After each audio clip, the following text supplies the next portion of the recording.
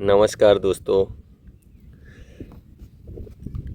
આજે આપણે એક યુદ્ધ વિશે વાત કરવી છે. જે યુદ્ધ બંદૂકો, મિસાઇલો કે સરહદો વચ્ચે નથી લડાઈ રહ્યો, પરંતુ એ યુદ્ધ છે એઆઈનો. એઆઈને લઈને હમણાં રિસેન્ટલી ચીને એક નવું મોડલ રજૂ કર્યું છે, કિમી K3.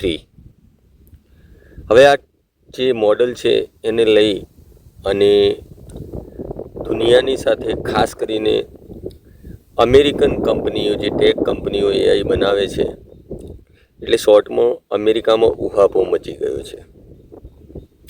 હવે કેમ ઉહાપો મચ્યો છે, એના પાછળના શું કારણો છે, એ આપણે જાણવાનો પ્રયત્ન કરીએ.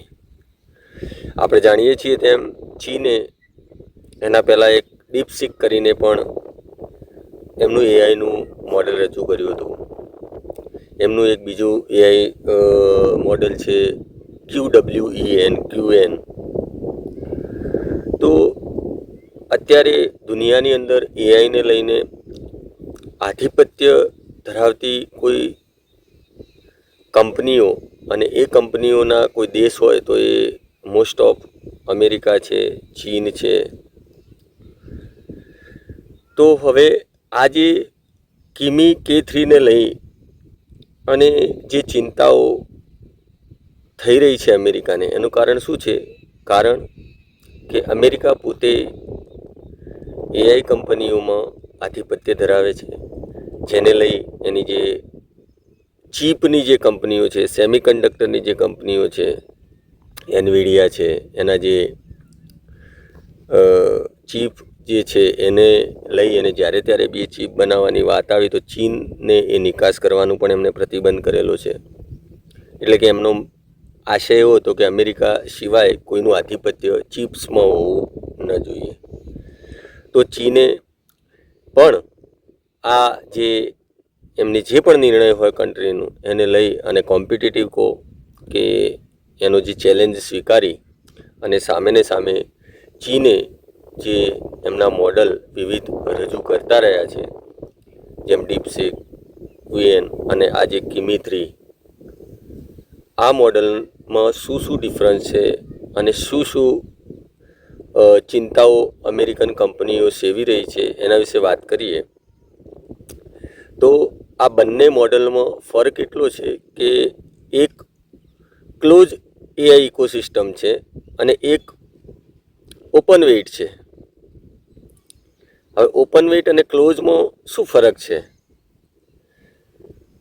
તો ક્લોઝ જે મોડલ છે એઆઈનું, એમાં જે અમેરિકાની કંપનીઓ છે, ઓપન એઆઈ છે, ગૂગલ છે, એન્થ્રોપિક છે, તો એમની મોનોપોલી કેવી કે દાખલા તરીકે મારું ઘર છે તો હું તાળું મારું એટલે મારા સિવાય એ ઘરની અંદર કોઈ ઘૂસે નહીં. હું જે રીતે એને ઓપરેટ કરવા માગું એ રીતે જ હું એને ઓપરેટ કરી શકું. એટલે કે એ જે ક્લોઝ મોડલ છે એની અંદર તમે એને માત્ર ઉપયોગ કરી શકો, જેમ ગૂગલ, એન્થ્રોપિક કે આપણે ઓપન એઆઈનો, એને આપણે કમાન્ડ આપીએ અને એ આપણને રિસ્પોન્સ આપે છે. તો એ જે કમાન્ડ આપીએ છીએ, કમાન્ડ ક્યાં જાય છે? એના સર્વરો ઉપર જાય. તો એ સર્વરોમાં ડેટા આપણો જાય, પછી એના જે ચાર્જીસ હોય એ ચાર્જીસ આપણે આપવા પડે. ઇન શોર્ટ, તમામ બાબતોએ એમના ઉપર આપણે ડિપેન્ડ રહેવાનું. એની જગ્યાએ કિમી 3 એ મોડલ શું છે કે એ મોડલ એ બિલકુલ ઓપન છે. ઓપન કહેવાનો મતલબ કે એની અંદર કોઈ જ પ્રકારના સિક્યુરિટી લેયર્સ અથવા જે ક્લોઝ જે મોડલ છે અમેરિકાના, એવા કોઈ રેસ્ટ્રિક્શન નથી. તમે એને બિલકુલ સસ્તા દરે વાપરી શકો છો કમ્પેર ટુ અધર જે મોંઘા છે એના લગભગ 10% પેમેન્ટ ઉપર. એને તમે પોતાની રીતે કસ્ટમાઇઝ કરી શકો છો. પોતાની કંપનીના સર્વરમાં એને ડાઉનલોડ કરી અને મેન્યુઅલી પણ પોતાની કંપની, પોતાની સરકારો, પોતાની સંસ્થાઓ માટે વાપરી શકો છો અને પોતાનો ડેટા વ્યક્તિગત અથવા સંસ્થાકીય રીતે એને એક્સેસ કરી શકો છો. તો આટલી ફેસિલિટીઝવાળું આજે કિમી 3 લોન્ચ થયું છે અને સસ્તું છે. એટલે એને લઈ અને જે કરોડો રૂપિયા કે અબજો રૂપિયા અમેરિકન કંપનીએ જે ચિપ્સની અંદર જે રોકાણ કરેલું છે ખરબો રૂપિયાનું, એ રોકાણને લઈ અને ચિંતા વ્યક્ત થઈ રહી છે. કારણ કે આ જે ચીનનું જે મોડલ છે એ બિલકુલ સસ્તા દરે આપી રહ્યું છે. સસ્તાની સાથે સાથે એમને સોફ્ટવેર, કારણ કે એનવીડિયાની કંપની જે ચિપ્સ ઉપર ડિપેન્ડ, જેટલી ચિપ વધારે પાવરફુલ હોય, પરફોર્મન્સ આપે, એટલું એ એઆઈ ટૂલ વધારે ફાસ્ટ વર્ક કરે. પરંતુ આમને શું કર્યું ચીને કે ડીપસીક પછી આજે કિમી 3માં સોફ્ટવેર ઉપર વધારે ફોકસ કર્યું અને એ સોફ્ટવેર ઉપર ફોકસ કરી અને એ રીતના મોડેલ ક્રિએટ કર્યા છે કે જેને લઈ કદાચ તમારી જોડે લેટેસ્ટ ચિપ ન હોય પરંતુ જૂનું હાર્ડવેર હોય, એ જૂના હાર્ડવેરમાં પણ એટલા જ પરફોર્મન્સ સાથે આ મોડલ્સ વર્ક કરશે. એટલે ખર્ચો પણ બચી જાય, નવા ચિપ્સની પણ ચિંતા ના રહે. તો આ બધી બાબતને લઈ અને અમેરિકન કંપનીઓ અને ચીન વચ્ચે ખૂબ ચિંતાનો વિષય ઊભો થયો છે. વોશિંગ્ટન હોય કે સિલિકોન વેલી આ બાબતે ખૂબ ચિંતિત છે. એમને આક્ષેપો લગાયા છે ચીન ઉપર કે તમે અમારી ફલાણી કંપનીઓમાંથી અમુક વસ્તુઓની પેટર્ન ચોરી છે, આ કર્યું છે. ચીને કહ્યું છે કે ભાઈ તમારા આક્ષેપ હોય તો એને પ્રૂવ કરીને બતાવો. અને ચીન જોડે બીજું ઓપ્શન શું છે કે ડેટા સેન્ટર્સ, વીજળી ઉત્પાદનની ક્ષમતા. એટલે આ બધી બાબતોને લઈ અને અત્યારે જે આ એઆઈનું જે ભવિષ્ય છે એ હવે કેવું રહેશે, કોણ એના ઉપર આધિપત્ય જમાશે, પશ્ચિમી દેશ એટલે કે અમેરિકાનું એનું આધિપત્ય રહેશે. કારણ કે આગલા વિડીયોમાં આપણે વાત કરી કે એલન મસ્કે પોતાનું વ્યક્તિગત આધિપત્ય અને પોતાની કંપનીનું જે આધિપત્ય રહે એ રીતનું આખું ઇન્ટરવ્યૂમાં જણાવ્યું. પરંતુ આ તો દુનિયાની અંદર કોઈ પણ યુઝ કરી શકે છે, એમાં તો કોઈનું આધિપત્ય હોય નહીં જેના જોડે સ્કિલ હોય. ચીને તો શું કર્યું કે ચીને એઆઈને લઈને કોર્સિસ લોન્ચ કર્યા, એ કોર્સિસની અંદર ગ્રેજ્યુએટ્સ ક્રિએટ કર્યા અને મેન પાવર એ રીતે તૈયાર કરી, સ્કિલ બેઝ લોકો તૈયાર કરી અને એ આટલી સફળતાએ પહોંચ્યા છે. હવે એક બાજુ સસ્તા એઆઈ ટૂલ્સ છે, બીજી બાજુ મોંઘાટ એઆઈ ટૂલ્સ છે. તો આ બંને વચ્ચે આપણા ભારતને શું કરવું જોઈએ? તો આપણા ભારત જોડે ઓલરેડી ડિજિટલ પબ્લિક સેક્ટર છે. આપણે યુપીઆઈ જોઈએ, આધાર જોઈએ, ડિજીલોકર જોઈએ, ડેટા છે, 140 કરોડનો દેશ છે. માત્ર આપણે જે ઉણપ છે એ ઉણપ છે કે આપણે હાર્ડવેરમાં ઉણા ઉતર્યા છીએ. કારણ કે આપણી જોડે એ ચિપ્સ બનાવવાનું, જે મેન્યુફેક્ચર કરવાનું અથવા પોતાની આપણી સ્વદેશી વસ્તુઓ નથી. તો આ બાબતે એ રિસર્ચ ડેવલપમેન્ટ અથવા એઆઈને લઈને જે કોર્સિસ હોય સ્કિલ બેઝ, આમાં રોકાણ કરી અને આ જે ઓપોર્ચ્યુનિટી છે, એ ઓપોર્ચ્યુનિટી જે આવનારું ભવિષ્ય એઆઈનું છે એમાં આપણા દેશે વિચારવું પડશે.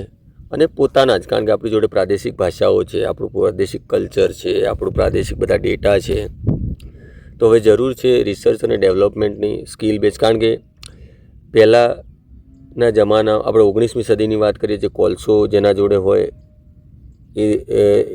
એ દેશ બહુ મોટો ગણાતો. એના પછી એના જોડે તેલ હોય, એના પછી ડેટા આવ્યો અને અત્યારે એઆઈ ઉપર આખું આર્થિક જે ડિપેન્ડન્સી રહેશે દેશની, એની રાષ્ટ્રીય સુરક્ષાઓ હોય, એના જે પણ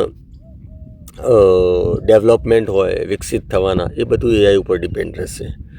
એટલે આપણા દેશને જરૂર છે કે ક્ષમતા અને કાબેલિયતમાં કોઈ કમી નથી. દુનિયાની જે પણ મોટી મોટી કંપનીઓ હોય ત્યાં તમે હેડ ઓફ ડિપાર્ટમેન્ટ, સીઈઓ જોઈશો તો એ ભારતના જ જોવા મળશે મોટા ભાગે. તો કાબેલિયત છે, ક્ષમતા છે, અને લઈ અને સૌથી વધારે જે બજેટની ફાળવણી અત્યારે જરૂર છે એઆઈ બેઝ સ્કિલ લોકોને તૈયાર કરવાની. અને એ લોકો પોતાના જ આપણે હાર્ડવેર તૈયાર થાય, આપણી ચિપ્સ પોતાની તૈયાર થાય, આપણી સેમિકન્ડક્ટર પોતાના તૈયાર થાય. અને આ રીતે આપણે જે આ ઓપોર્ચ્યુનિટી છે એ ઓપોર્ચ્યુનિટીને જવા ન દઈ અને બાળકોને આ રીતના સ્કિલ બેઝ તૈયાર કરીને આપણા દેશનું જે વિકસિત જે સપનું છે વિકસિત ભારતનું આવનારા વર્ષોમાં એ ફળીભૂત ચોક્કસ થઈ શકે. તો આટલી જ વાત મારે કરવી હતી કે કિમી 3એ અત્યારે દુનિયાની અંદર ઉહાપો મચાવી દીધો છે. કંપનીઓ જે ઓલરેડી એક્ઝિસ્ટ કરે છે એઆઈની એ મૂંઝવણમાં છે. એ લેટરો લખી રહી છે, અમેરિકાને સપોર્ટ કરવાનું કહી રહી છે. તો આવનારો સમય જ બતાવશે કે એઆઈમાં આ જે આધિપત્યતાની વાત છે એ કોણ કેટલું એના ઉપર કંટ્રોલ કરી શકે છે અને એઆઈના કારણે કયા દેશને શું ફાયદો થઈ શકે છે. આપણે તો એટલું જ ઈચ્છીએ કે એ જાપાન હોય, ચીન હોય કે અમેરિકાનો કોઈ પણ વ્યક્તિ જ્યારે એઆઈમાં પ્રોમ્પ્ટિંગ આપે અથવા એઆઈનો જે ઉપયોગ કરે અને એ ઉપયોગ કરી અને એનો જે રિપ્લાય અથવા આન્સર મેળવે તો એ જે ટૂલ યુઝ થાય અથવા એ મોડલ જે યુઝ થતો હોય એ ભારતનો હોય એવું આપણે ચોક્કસ ઈચ્છીએ. કારણ કે અત્યારે માત્ર જનરેટિવ એઆઈનો યુગ નથી, હવે તો એજન્ટિક એઆઈ પણ આવી રહ્યા છે. તો આ બાબતે આપણી સરકારો ચિંતિત થાય અને આપણી જે દેશની અંદર જે પ્રતિભાઓ, જે ક્ષમતાઓ એઆઈને લઈને છે એમના માટે થોડુંક વિચારી અને આગળ લાવી અને આપણું જે વિકસિત ભારતનું સપનું છે એ પૂરું કરવામાં આ ઓપોર્ચ્યુનિટી ગુમાવે નહીં એટલી આપણે આશા અને અપેક્ષાઓ. ધન્યવાદ.